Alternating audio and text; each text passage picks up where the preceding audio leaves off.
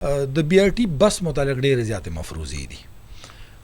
هغه مفروضې دا دي چې دا جی په 200 اربه جوړ شوی دی، دا په 150 ارب روپو جوړ شوی، دا په 2 اربه جوړ شوی. زه به نن د هغې یو پراپر تصدیق تاسو ته وکړم. پرویز خټک صاحب ته ویلی شوي وو چې دا منصوبه تاسو په 2017 کې شروع کړئ، نو دا منصوبه به په 2021 کې مکمل شي او د دې پراپر مکمل کېدل به چې کوم دی هغه د 2023 یا د 24 سره وي.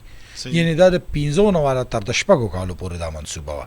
پرویز خټک صاحب چې کله په اکتوبر 2017 کې د دې منصوبې اعلان کو، نو هغه دا ویلي چې دا منصوبه به زه 6 کاله کې شپږ میاشتې کې زه جوړوم او په 6 کاله کې نه بلکې دا به زه په 6 میاشتې کې جوړوم. او په هغه وخت کې د پی ډي اے چې کوم کسانو هغه دوی ته ډېر کل کر مخالفت وکړي چې سر 6 میاشتې مه یادوئ، خو هغه دا وویلل چې دا ټول ښار راوکنې. تاسو ته به پته وي د بی آر ټي منصوبې دپاره د چمکنونه والا تر د حیات آباده پورې دا ټول ښار راوکنې، ټول ښار کې یو دا ماحول جوړ شو چې یاره دلته چې کوم دی بی آر ټي جوړېږي. تاسو ته پته وه لارې متبادل شو، خلکو ته ډېر زیات تکلیفونه میلاو شو.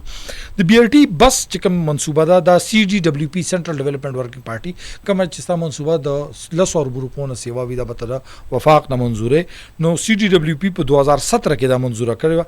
ابتدایي د دې تخمینه چې کومه ده 49 ارب روپۍ لګولې شوې وه او خیبر پښتونخوا حکومت سی ډي ډبلیو پی ته ویلي چې دا 49 ارب روپۍ به موږ له ایشین ډیولپمنټ بینک د اسانو د 20 کالو د قرضو په کې راکوي چې په هغې کې به 15 کاله ګریس پیریډ یعنې دا به د 15 کالو قرضه وي.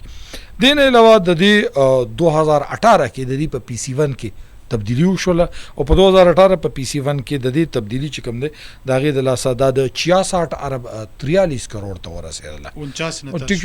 ځکه چې دې کې د کارخانو والا پوره فیض شامل شه، دې کې د ریلوے سټیشن دا کوم چې کوم ځای دا پکې شامل شه. د دې وجې نه دا منصوبه چې کوم د دې پی سی 1 جوړ شو په دې کې د 2900 نه زیات چې ابتدایي کوم ډیزاین په هغې کې 2900 نه زیات تبدیلۍ نه شوي دي او دا رنګه دا منصوبه تقریبا په 2020 کې سر ته رسولی شوې ده.